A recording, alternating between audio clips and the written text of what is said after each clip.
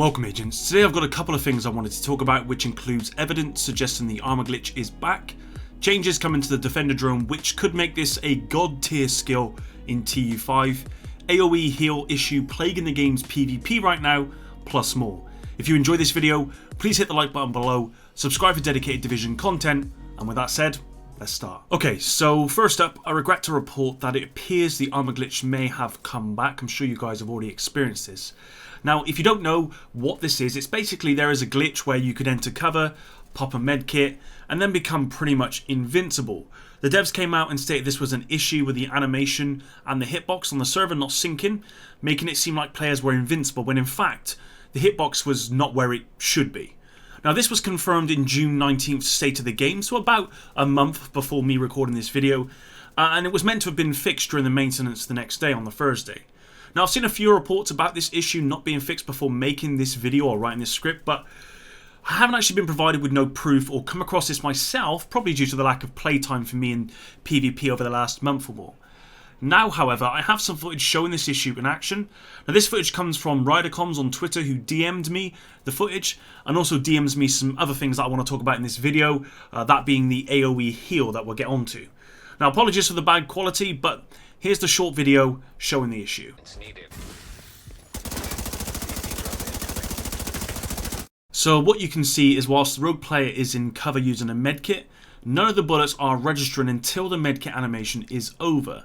Now, this does match the issue the devs state caused the armor glitch, and it's clearly not fixed here, at least anyway. I hate to report these issues, but this does need to be addressed again. Like I said, this isn't the only time, and I've heard this is still fairly common in PvP with people actually abusing this problem like they used to as well. Now, what's sad is that whenever the devs say something's been fixed, now I have to really take this with a pinch of salt. Take the specialization pickup issue. This was initially reported as fixed some weeks back, and as of Wednesday's State of the Game just gone, this is still an issue, just like the Revive Hive. Now, if you guys have experienced the same thing, just please let me know in the comments down below. It's just another thing that you can add to a long list of problems facing PvP right now, and I really hope the devs take this seriously. Moving on, and there are some changes coming to the Defender drone, which has been confirmed by Bruce, game designer at Massive, that I think is worth talking about and getting your reaction to. So all credit goes to Rakanvar, who posted a Twitter thread on Reddit confirming that in Title Update 5, the new Defender drone will reduce damage by 80% for 10 seconds in PvE, this being scaled with duration mods, and reduces 20% damage in PvP with a shorter burst. So what do you make of that initially? Now, originally the Defender drone would block all bullets for a set duration, and this duration would be reduced as the drone blocked those bullets. So is this a nerf or is this a buff? Well, I went through the thread and saw an argument about this being a pretty huge buff. In July 10th State of the Game, the devs confirmed the base duration for the Defender drone had been changed from 20 seconds to 300 seconds. Let's suppose this makes it into the live game. Well, then we have a Defender drone that can tank a lot more bullets because its base duration pool has been buffed by 1500% from 20 seconds to 300 seconds. Massive never really do these things incrementally. They go from one extreme to the other, and this is a good example of that. Now, on top of this, any duration mods will have a much bigger effect on the larger duration pool as well. Let's say you have plus 10% duration mod, and you add that to the 20 seconds duration pool, well, that means your duration goes up to 22 seconds. Now, if you add that same 10% to the 300 second base duration coming in Title Update 5, well, then you've got a duration of 360 seconds. So it's a very large increase. Now, it's going to be very easy, I imagine, to double the base duration of skills within Title Update 5. And I'm not trying to be overdramatic here, but it's likely builds will have been made where the Defender drone, which in PvE tanks 80% of incoming damage as per this change, will have 600 plus seconds of duration, maybe up to 1,000 possibly, and in PvP, 6 minutes where you take 20% less damage. Now, as of right now, we don't know how much each bullet reduces the damage of the drone. But let's just say, for example, just for the sake of the video, let's say it's 2 seconds, just so I can show you what this might do. So with a 20-second base duration, the Defender drone would stop 10 bullets. before you start taking damage in the live game, where each bullet reduced that duration by 2 seconds. In TU5, if the same rules apply, you will be able to take 150 bullets of damage before your drone goes down in that time, and that's for 300-second base duration. So that's not including when you had all these buffs to it. Imagine having 600 seconds of duration plus. You're looking at 300 bullets plus before your drone goes down, and in that time you will have 80% damage mitigation in PvE and 20% mitigation in PvP if the same rules apply. Now that's 3 entire mags of a P416 with the extra 20 round magazine, or that's an entire M60 LMG with the extra 50 pouch. That's just for the base duration without any mods. So the question remains, has the Defender drone been buffed or nerfed? Well, without a doubt, the Defender drone has been buffed significantly. Now, I'm not here to pass judgment on that change because I've not tested this myself. I'm just here to tell you guys what's coming and get your feedback. But just look at it like that on paper, to me, we might have a situation where someone, or there's a build where you can have 600 seconds plus of base or duration on a Defender drone, and it's going to take maybe upwards of 3, 4, 5 mags of bullets to get that drone down, unless you're shooting the drone directly. Obviously, the counter is to shoot the drone directly, but certainly in PvE, you know, NPCs generally don't do that. PvP, then of course you're going to have to, otherwise you might be plowing into someone for a very long time with 20% damage reduction before that drone actually goes down. It's a crazy, crazy buff. We're going to have to see how it plays out. Okay, next up, and there is currently an Alps Summit chest piece at the level 30 clan vendor in World Tier 5 with 13% weapon damage. So I highly recommend you go there as soon as possible if you don't have anything like this yet. I think the highest I've seen is 12% in the world.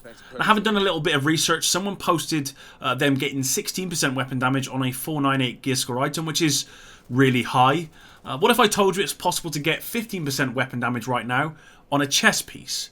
Of course, everyone would want that, but you can only get this if you're in World Tier 2, and that's not going down to World Tier 2, that's coming up to World Tier 2, and have a clan level of about 15, where the clan vendor will sell this gear score 314 Providence chest piece with 15% weapon damage. Now, I feel like I'm having deja vu here, but I'm pretty sure almost every other week so far a high tier stat is found on a clan vendor below 30. Now, I'm sure not so long ago there was a 30% armor attribute at clan vendor level 22 possibly. Question is, how is that fair? The point of getting your clan vendor to the highest level is so that you get access to the highest gear score items, which theoretically have the best chance of getting the highest attributes on that gear. Unfortunately, as we all know, this all goes back to the issue with the attribute scaling on gear and the whole pie explanation given by the devs. And what the devs need to understand is the whole pie explanation does not work as it stands right now. The reason this keeps happening is because the attribute ranges on 300 gear score items and 500 gear score items overlap too much, meaning it's common to see low gear score items with attributes that are sometimes higher than 500 gear score items. On top of this, the superior gear can only have 2 attributes, meaning the values are actually higher generally. Now, I've explained how before, and so have the devs, but the best way to kind of explain how this works is, imagine you have an attribute pool of 100 for superior gear, and you can only have 2 attributes that come from that pool. So it could be any split really, but the 100% is shared by only 2 attributes. So then we have high-end gear, which has a higher attribute pool, let's say 120, but this can have 3 attributes, meaning it's more likely you're going to get a higher attribute more often with the superior gear, because you know, you've got 2 attributes over 100 or 3 attributes over 120. To me, it makes no sense, but the devs have previously revealed that the superior gear is intended to be transfer fuel, which is why it still drops fairly often in the world at endgame. This issue with the lower level clan vendors offering better attributes on gear, it just needs to be fixed as soon as possible.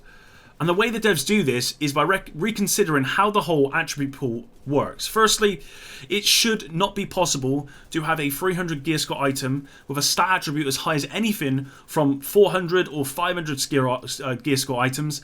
And to do this, you have to reduce the stat ranges on gear massively. An example would be like, say 300 gear score to 350 gear score items, you have a weapon damage attribute range of 4 to 6%.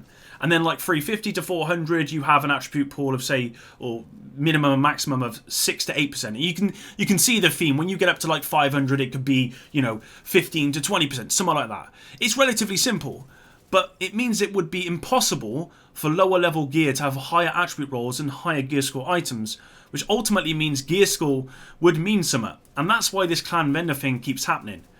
So, anyway, I've rambled on about this for too long, but it's frustrating that as it stands, you need to go onto an alt character, get to World Tier 2, and Clan Vendor level 15, which is causing people to actually just go into clans of that level, get the piece of gear, and then, leave the clan. So you need to get a Clan Vendor level of 15-ish to get a higher attribute roll for weapon damage than my 500 gear score character in World Tier 5 with a clan level of 30. Makes sense. Okay, last but not least, and I hate to be... this has been a fairly negative video. I hate to be this way, but something else that Rider Comms made me aware of that I thought had been fixed was AoE heals healing non-group or enemy targets, or enemy agents. It's been confirmed that this feature is actually intended, which really baffles me. What do you guys think about that? Do you think your AoE heals should also heal enemy agents? For me personally, it just makes no sense that your AoE healing should heal enemies, and with TU5 making changes to skills, huge changes to skills, it's very likely people will be running some pretty strong AoE healing skill builds that will benefit them, but also their enemies if they're close enough. Now, to me, it actually just encourages players to not run any AoE healing in PvP because it will have a large benefit to the enemy. And why should you as an enemy agent be rewarded for not speccing into heals just by running on your opponent's heal? Again, this to me just makes no sense at all. In TU5, I can already imagine a situation where fights would go on forever with immortal agents running in and out of their opponent's AoE heal. People are popping heals, you're running into them, you pop your own, you run into that, then you run into theirs, and back and forth. This type of feature is anti-PvP. And one of many reasons, the armor glitch and more, many reasons PvP is just in such a terrible state right now. There you go, agents. Like I said, I hate to be negative because, I want to be as positive as possible, but there's some things here that need to be addressed, and that's very, very clear. I imagine the loot RNG stuff, the gear source stuff will probably be looked into after TU5 has dropped. I believe PvP will be as well. The changes to Defender Drone, as of right now, no comment, because I just don't know how it's going to work in-game. But I can envisage a situation where the Defender Drone will be absolute god tier, meaning that you could mitigate damage, 80% damage in PvE, because this breaks PvE experience a little bit. A situation where you could run around for 12 minutes with a Defender Drone, tanking 300 bullets plus, and you're getting 80% damage mitigation in PvE, making almost every activity a breeze. That's what I can envisage. Anyway, hopefully you enjoyed this video. If you did, drop a like on the video. TU5 will be coming out tomorrow. I'm really looking forward to it. I'm going to get some skill builds on the go. I may or may not stream it. I don't know yet, but make sure you got your notifications on anyway, just in case. With that said, until the next one, Epic out.